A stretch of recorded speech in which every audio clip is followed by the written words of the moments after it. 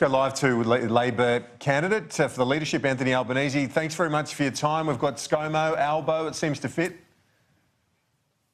Good morning. Greetings from Marrickville. Yep, well, Albo, we'll just maybe stick with Mr Albanese at the moment. You are the only declared candidate in this leadership contest at the moment. Do you expect that Jim Chalmers will stand as a candidate as well? And do you welcome having a month-long process to select a leader rather than it just being handed to you? Look, I don't think anyone can suggest that anything's being handed to me during this process. Quite clearly, people have tested support, more than one, and what they've found is that I have substantial support in the caucus and in the party. The fact is we have rules that I very much support that give rank and file members the opportunity to have a direct say in who the leader is if there is a contested ballot. I've got to say, on that level, I certainly would welcome a contest. On another level, of course, I and everyone else, I think, in politics is pretty exhausted at the moment. So it would be a challenge on a personal level to go through a number of weeks. So, look, I'll just wait and see. People have every right to nominate. Nominations, I think, only open in about half an hour's time. So they're not even open yet. They close at the beginning of next week. If there is another candidate, I will certainly continue to canvass with my colleagues, and I'll continue to canvass across the party. Regardless of whether there's a contest or not, I'll be talking to party members right across the country. Have you found yourself in an interesting and a different situation where many of your party are grieving, yet for you, this has breathed some new life into your political career? This gives you another chance at having a crack at the top job. Well, I think I'm grieving as well, Kieran, I've got to say. I expected now to be setting up a ministerial office, and I didn't take that for granted. I always thought that we might not get across the line, but the truth is I did think, and all the polls indicated that we would win in what would be a close election. So this is certainly unexpected, but one of the things that's really important about the Labor Party, we've been around since 1891. Many people have written us off at various times and spoken about Labor being in difficulty. The truth is we're still very competitive. We've won in the order of, we'll wait and see what the final outcome is, but somewhere certainly in the mid-60s. So we'll need a dozen seats to form government after the next election, and that's a challenge. I don't resolve from that, and I don't resolve from the fact that we only got 1 in 3 Australians to vote for us as their first preference on Saturday.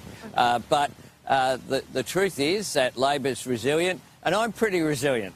I haven't always had an easy life, and I'm pretty tough. And one of the things that one of the reasons why people are saying that they will support me, colleagues I've spoken to, is that in the Parliament I've shown a preparedness to take on the other side of politics, to hold them to account, whether in opposition or in government. I was the manager of opposition business the last time we went into government in 2007, and I think I played a role in that. I want to play a role as leader of the opposition, but I want to holding the government to account, but also developing a forward-looking Labor agenda for the next election. Forward-looking, OK, so let's get to some policies. I know you want to consult with your colleagues, but is the emission reduction target under review, for example? Look, the truth is we'll look at all of our policies. What we won't look at is our values in terms of they're eternal, the Labor values. They do change over time, but our commitment to working people and lifting living standards is not. Our support for the right to workers to join unions and to participate in unions is certainly not up for grabs either. Okay, but you've always been a straight talker, Anthony change, Albanese. You're running on the platform of being a straight talker. Absolutely. So what is the position on climate change, which Bill Shorten ran so strongly on, just on this one policy, the emissions reductions target? Do you need to urgently review that before the next election? Look, we'll review all of our policies before the election, but it will be in the frame of the need to take action on climate change. We accept the science. We accept also that it's good economics and good job creation to have strong climate change policy. And that's the frame that we'll examine that policy in. But we need to look at all of it. You don't go through an election campaign, lose, as we did, going backwards. We lost seats, we lost votes in terms of where our primary vote stands, and say we're going to take that policy to the next election. So we will review it all, and I'll do it also in a consultative way, not just with the caucus, with the party membership, with trade unions, and with people who didn't vote for us. We want to hear how they think we can do better. Well, you have always gone on with interviews and programs that don't necessarily see the world as you do. Will that be a change of style in your approach as well? Will that be a change of style in your leadership if you do take the job, as most of us expect you will, that you'll encourage your team as well to engage with elements of the media that are critical? Because, of course, Bill Shorten was much more cautious on that front. In fact, you know, openly slamming News Corporation and so on at the end of the campaign. Kieran, look, I've always had a view that if you're a progressive in politics and you therefore are about change, by definition, you don't get change by just talking to people who agree with you. You need to talk to people who don't agree with you. So, for example, when I was a cabinet minister in the Rudd and Gillard governments, I was the only minister, I think, who ever appeared on the Bolt Report on a Sunday morning. I will talk to people across the spectrum and engage.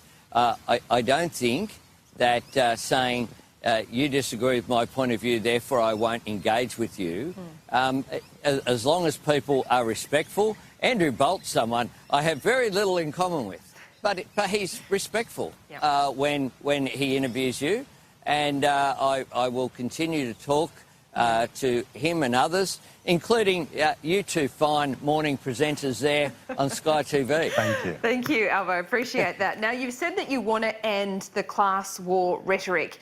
Give me one. I'm saying you're like Andrew Bolt. No, we got it. You want to end the class war rhetoric. How will you do that? Can you give us one example of how you will do it?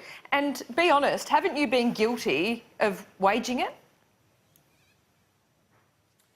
Oh, look, I accept responsibility like the rest of the team. We have a collective responsibility for the outcome on Saturday. Simple as that. So I don't shy away from that. I'm not pointing the finger at anyone else. I'm a senior member of Labor's team. We exercised a collective responsibility. The whole caucus exercised that in the lead up to the election. But one of the things I think we can do, for example, and I have said this consistently, if you look at speeches I've given and what I've done, for example, I don't think that it's a matter of choosing whether you're on the side of unions or on the side of business. In my view, common sense tells you that unions and business have a common interest.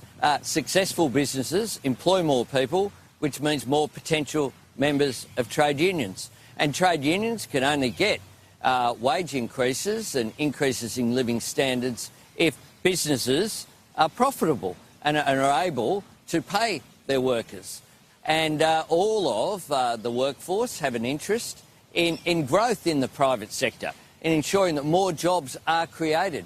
So I think sometimes in the debate that's forgotten. I don't think in substance, but I think in some of the ways that rhetorically positions are put, it would appear that maybe that's been forgotten. So I've said this before. I said it in a couple of major speeches in recent times over the last couple of years that we needed to very much speak about how we find solutions, not just arguments. And I think that's a big distinction between us and if I'm lucky enough and fortunate to win the Labor leadership, then I think that's a distinction with Scott Morrison, because when you look at class war, it is Scott Morrison and the coalition government that have very much framed things in terms of an anti-war position, with the attacks that have occurred on penalty rates, with the attacks that have occurred on people's right to join trade unions and to organise collectively and bargain collectively. So I think that it is a matter of reset. The truth is that Labor hasn't had, in recent times, as good a relations with business as I would like to see. I've always had a good relationship with the business community as well as the trade union movement. And what does that look like in practice? It looks like things like the Infrastructure Australia model that was established on my watch as one of the first pieces of legislation of the Rudd government, and something that's been very successful. You've also had good relations, I know, in your part of the world with the religious groups there, the Orthodox Church, the Lebanese Maronite community as well. How do you use that as the base upon which to build a Labor Party that gets people of faith? Because that's something that Chris Bowen, I think, has felt, certainly commented on yesterday, but I think he would have seen that in terms of the 6% swing against him in his seat of McMahon. Well, the position that I start from isn't from the bottom. I have very good relations with the Greek Orthodox community, with the Maronite community, with the Islamic community, in my electorate and beyond.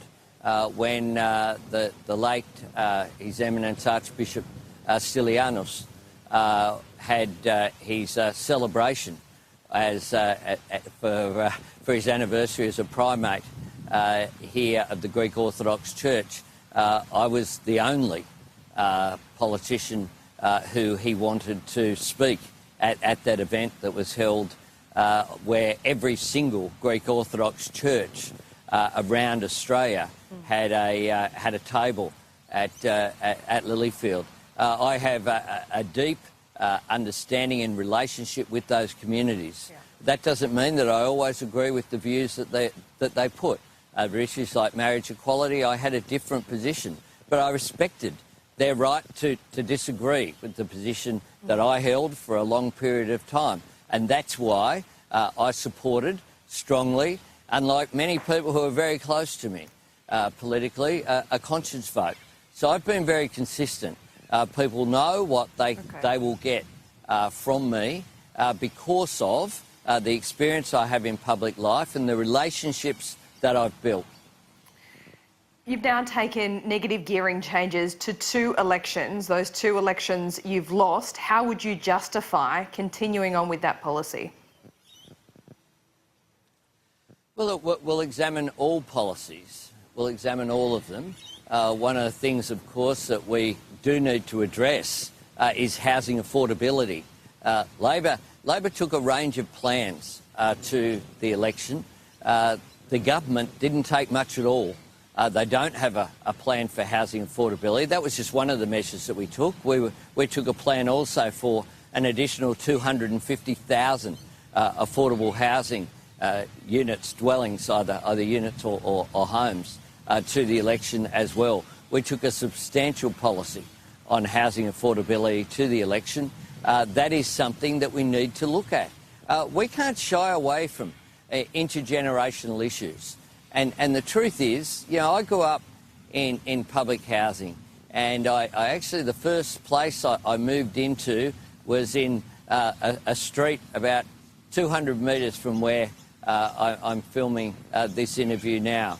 And my mum, who was born and died in the same council house in Camperdown after 65 years, she drummed into me, you know, when you get the opportunity buy your own home because it's dead rent, it's dead money, she used to say to me. So I was very conscious of that, and as soon as I had the opportunity to save and have enough for a deposit, I did that.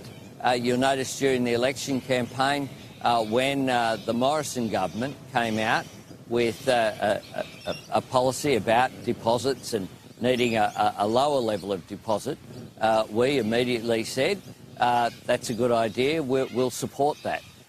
When the government comes up with good ideas, we'll support it. But they don't have many ideas at this stage. They can't run a government on just attacking Labor. And at the moment, we've just seen an election campaign whereby they ran an effective negative campaign, but it was a negative campaign. I don't know what their agenda is for the next term, but they better find one pretty quick because we'll hold them to account. Anthony Albanese, we look forward to talking to you many times over the next few years, most likely in the capacity of Labor leader, but this morning we appreciate it live from Marrickville. Thanks. Thanks very much.